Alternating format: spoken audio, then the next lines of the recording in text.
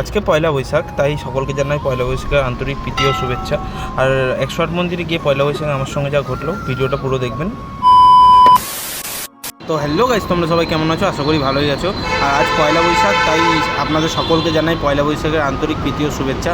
আর আজকে আমি এখান থেকে যাবো এখন 108 মন্দির আর রমনার বাগান ঘুরবো। তো যতটা মুহূর্তে পারবো তোমাদেরকে শেয়ার করবো।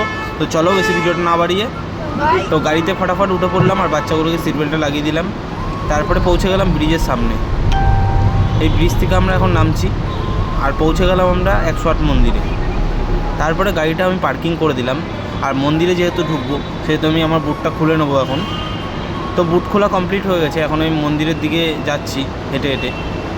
আমি যেখানে গাড়িটা রেখেছি এখানে বাবা আর মায়ের মূর্তিটা খুব সুন্দর। তারপরে আমরা ভিতরে প্রবেশ করে গেলাম আর প্রবেশ করতে করতেই দেখলাম যে প্রচণ্ড ভিড় মন্দিরের সামনে। তারপরে আমি চলে গেলাম মানত গাছের সামনে, যেখানে সকলে মানত করে এই গাছটাতে সুতো বেঁধে। তো আমি বাবাকে একটু প্রণাম করে নিলাম আর আমার মনের ইচ্ছা বললাম, আর আমি বললাম যে বাবা তুমি যেন ভালো থাকো। তারপরে মন্দিরটা ঘোরা শুরু করলাম আর একটুখানি বাবার দর্শন করে নিলাম মন্দিরের ভিতরে যে বাবা আছে। তারপরে যা গরম, প্রচণ্ড গরম, তাই একটু রেস্ট নিয়ে নিলাম হালকা করে। আর এই মন্দিরটা নতুন করেছে অন্নপূর্ণা মন্দির। তো আজকের ভিডিওটা এতটা পর্যন্তই রইল। যদি আপনাদের ভালো লেগে থাকে তাহলে একটা লাইক করে, শেয়ার করে, কমেন্ট করে অবশ্যই জানিয়ে যাবেন কীরকম হয়েছে। তো চলুন, টাটা, বাই বাই, দেখা হচ্ছে আমাদের নেক্সট ভিডিওতে।